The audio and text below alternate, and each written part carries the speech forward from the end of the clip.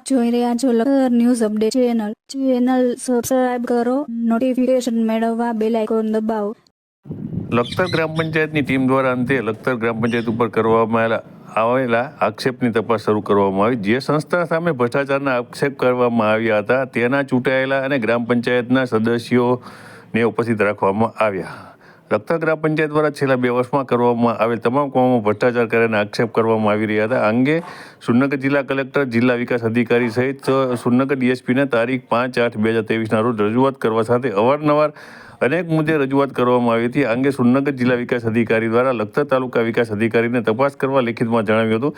છતાં 4 માસ સુધી તપાસ કરવામાં આવી નહોતી. આથી જિલ્લા વિકાસ અધિકારી દ્વારા તારીખ 2/1/2024ના રોજ પત્ર લખી કડક શબ્દોમાં ટીડીઓ, વિસ્તરણ અધિકારી, અમય અને તલાટીની ટીમ બનાવી તપાસ કરવા જણાવવામાં આવતા ઇન્ચાર્જ તાલુકા વિકાસ અધિકારી દ્વારા ટીમ બનાવી અરજદાર ગ્રામ પંચાયત, મહિલા સરપંચ, ગ્રામ પંચાયત સદસ્યને રાખી તપાસ શરૂ કરી હતી. પરંતુ તપાસ ટીમ સ્થળ પર તપાસ કરવા સમયે જે ગ્રામ પંચાયતના સદસ્યો સામે અને ગ્રામ પંચાયત સામે જ આક્ષેપ થયા હતા તે જ ગ્રામ પંચાયતના સદસ્યોને સાથે રાખી તપાસ કરવા પહોંચી હતી. સ્થળ તપાસ કરી એમબી બુક મુજબ માફ કરવાનું કહેવામાં આવતા તપાસ ટીમ ગલ્લાતલ્લા કરી માફ કર્યા વગર ચાલતી પકડી હતી. સ્થાનિકોના નિવેદનો પણ લેવાની ના પાડી હતી અને જે તપાસ ટીમ હતી તેઓએ કોઈપણ જાતની તપાસ કર્યા વગર ચાલતી પકડી હતી.